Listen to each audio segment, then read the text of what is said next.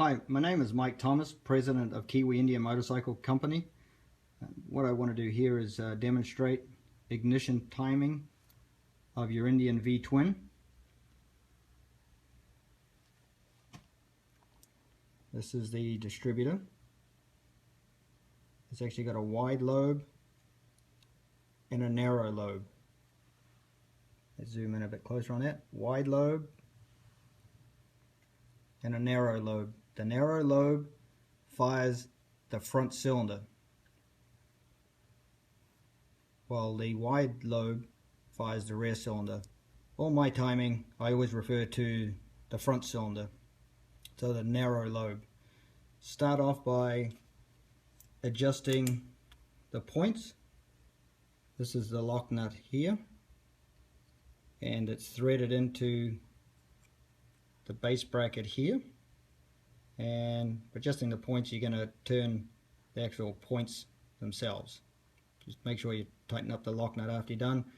Check the points gap. It's to be 20 thousandths of an inch. While at it, put a little bit of lube on the distributor cam itself. So this little phenolic strip here remains lube. Use good quality points. So we're seeing a lot of points coming in from India, China, and that crap. Get American made points. The tungsten tip on the end is very, very high quality, which is on the points themselves. And this little wear block here is of extremely high quality, so your points aren't going to change. Where you get your cheaper ones, that's all they are, is cheap. It's going to wear, your points are going to change. The gap, when the gap changes, your ignition timing changes. While at it, make sure this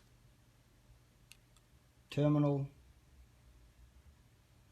piece here is level. Quite often they end up being cockeyed. What they'll do is they'll end up pressing down on the base down here on this gasket insulating strip and then short out.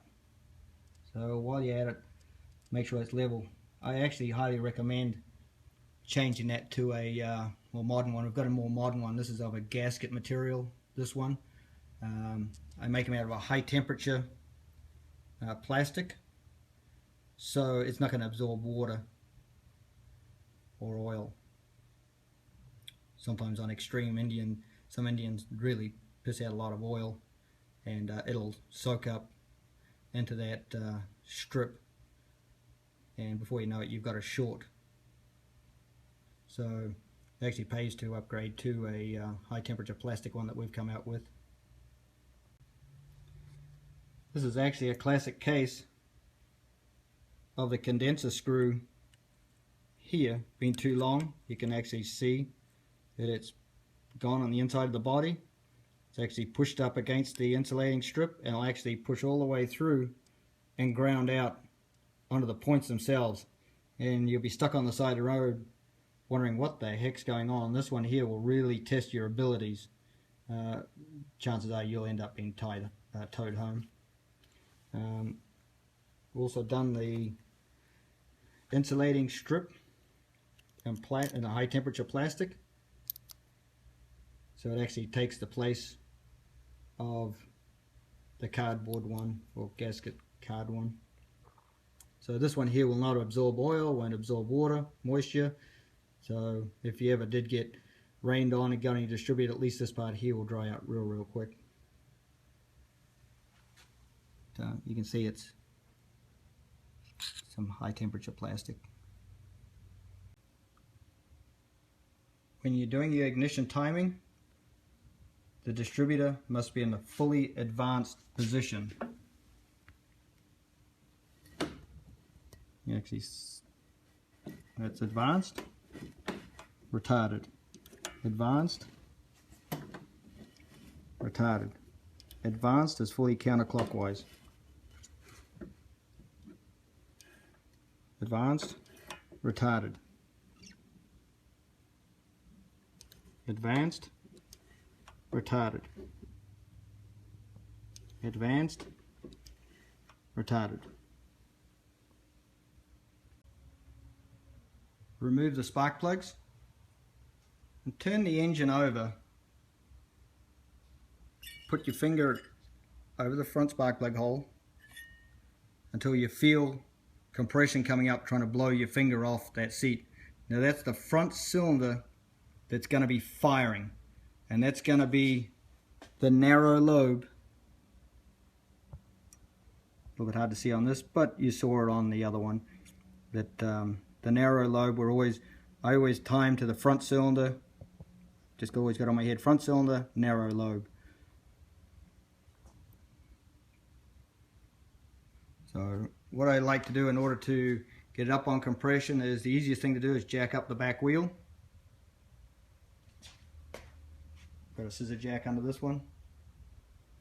I jack up the back wheel, put it in third gear, and then rotate the engine around that way. Third gear, even if you've got a 4-speed overdrive, still use third gear. The Indian 3-speed, still use third gear. This one's got the electric starter on it. Makes it a little bit, you can't just kick it over by the Kickstarter, but regardless if the bike's got a Kickstarter, I'm still got the back wheel up off the ground, and I'll go through the motions why in a moment here.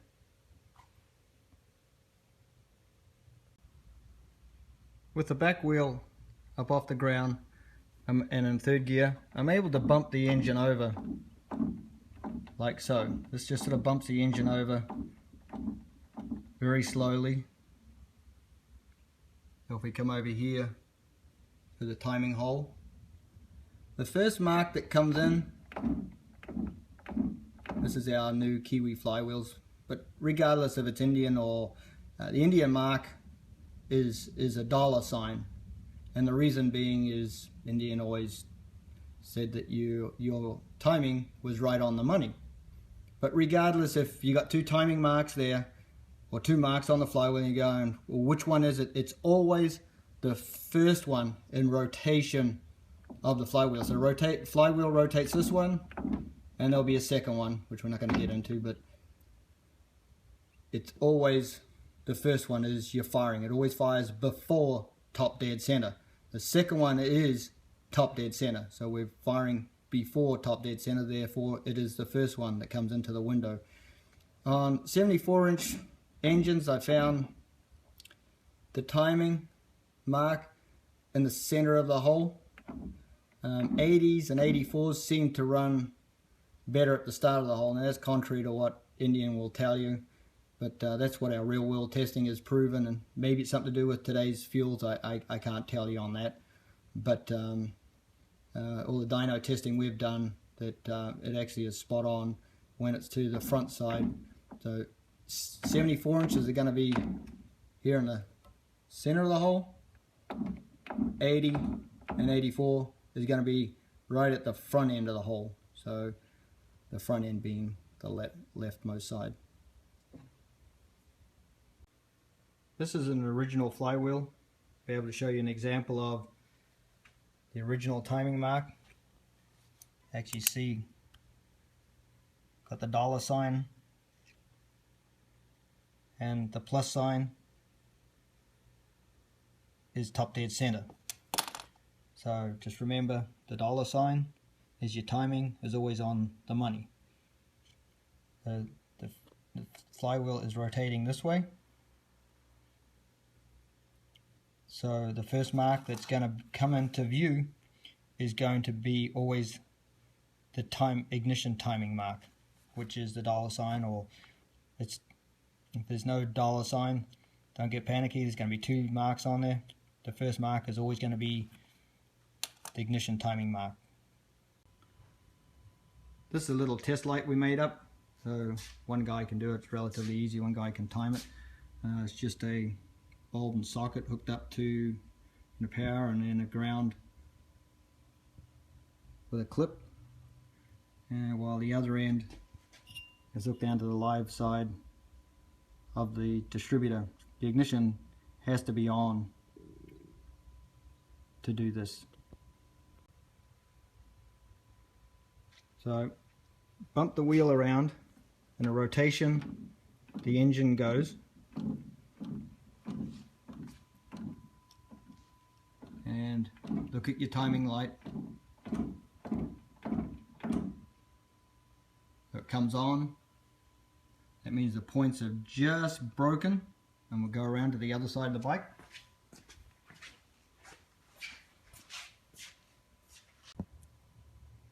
And the timing mark, since this is an 84-inch engine, it's right at the front end of the hole, and it's spot on. This can take quite a few times going backwards and forwards to get the timing right, but undo this screw here, and then you can rotate this body forward and aft in order to advance and retard it to get your timing where it needs to be. Now, there's gears inside on the end of the camshaft, and there's a gear that's on the end inside the oil pump, and they drive the oil pump. So they drive the distributor. There's 2 helical gears, and these have built-in slack into them. So if you got to turn the engine backwards, turn it back a lot, and then do that in the rotation the engine is running. Because if you try and, oh okay, I'm just going to turn it back a little bit with the back wheel, there's that much slop in the gears that's actually, your timing is going to be miles off. So just make sure that you go back. I should be going this way a lot, and timing mark way before where it's supposed to be.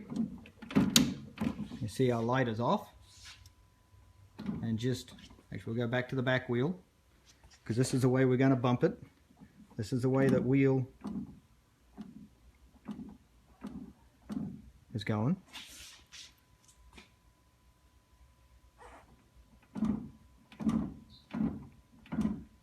There you go. And if you go to the other side, when you're right, that timing mark will be where it needs to be. So it's really important that you just don't turn it back a little bit, you turn it back a lot and bring it all the way back to take out all the slop in the system. I'll give you a little example of doing it the wrong way, of just turning the motor back a little bit, and it'll still be, this is where the slop will still be in the system. So you'll see that light go out here momentarily. Okay, so go around to the other side of the bike, and we'll check out where the timing mark is.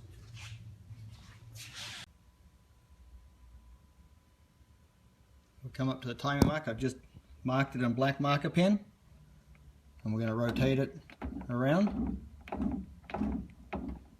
and there's the timing mark.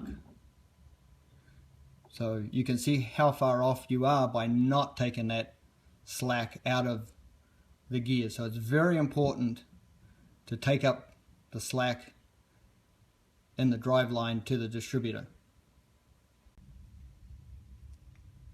If you don't have a timing light, just a wiring test light will work fine.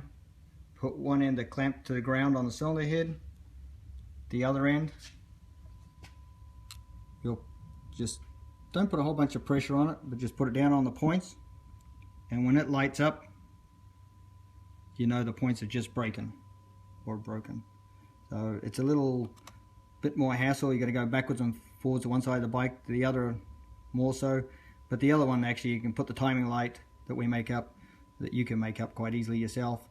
Instead of putting it on this side of the bike, you can actually put it on the left side of the bike, the timing hole plug side, and that way it's right there. You're looking at the timing light, and you can see if right there it lights up right in your face. So this is with the timing light on the left side of the bike.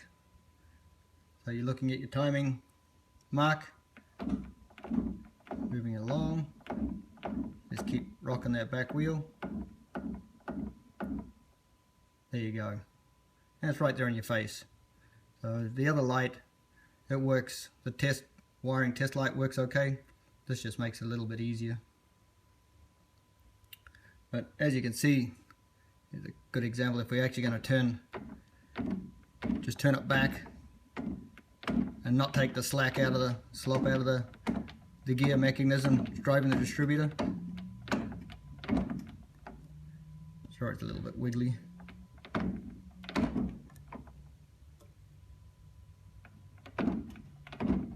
You can see how far off it is, and bring it around. Beautiful. But I'm going to turn it backwards and you'll see how long the timing can be off before it. There you go. So just remember, when you're doing your timing, it's the rotation of your wheel is this way. And bring it up. It's going to take all the slack out of the system. Just kick it around. Just don't go backwards and forwards like this, because if you're going backwards, you're kicking all the slot back into the system. And you're just bumping it around gently. And you can actually see timing mark. There you go. Now you're an expert. Before replacing the inspection plug or timing hole plug, put this product, it's Loctite 567. It's a pasty Teflon. Don't be using thread tape, that's old school, plus the stuff can get, you know, into the engine. With this Loctite 567, you can put it on oily surfaces and it seals them up beautifully. We swear by this stuff. We've used it for donkey's years. It's just really, really good stuff. So you don't need a big can like this, but just you can get some little tubes of it and keep it in your toolkit. Keep it at home. You'll have a lot of uses for it, even your sprinkler lines if you want to. This is an example of a oil pump that has not been correctly timed to the engine. You'll actually see at the fully advanced position, the distributor cap nipple runs into the shifter rod. So it's very important to have the oil pump correctly timed to the engine. I hope this helps you out on timing your Indian V-twin. This is a great book to have. It's a book I wrote some years ago. It's a completely new rider's instruction book. I've updated everything. It's 80 pages of really, really good material, from wiring diagrams to engine serial numbers. A lot of how-tos. If you break down on the side of the road, it's designed to fit inside your toolbox. It's got carburetor tuning, points adjusting, timing, tappet adjusting, how to adjust your headlight. It's just full of a lot of great material, especially on how to adjust your carburetor. It's really important, these things, that I guess that'll be another upcoming video, how to adjust your carburetor. It's real easy to either run these things too lean or too rich. Too lean, you'll take out a motor real quick. Too rich, you'll take it out over a period of time. So I'll get into that. Oil filters, but it's a lot of very, very good information there for you.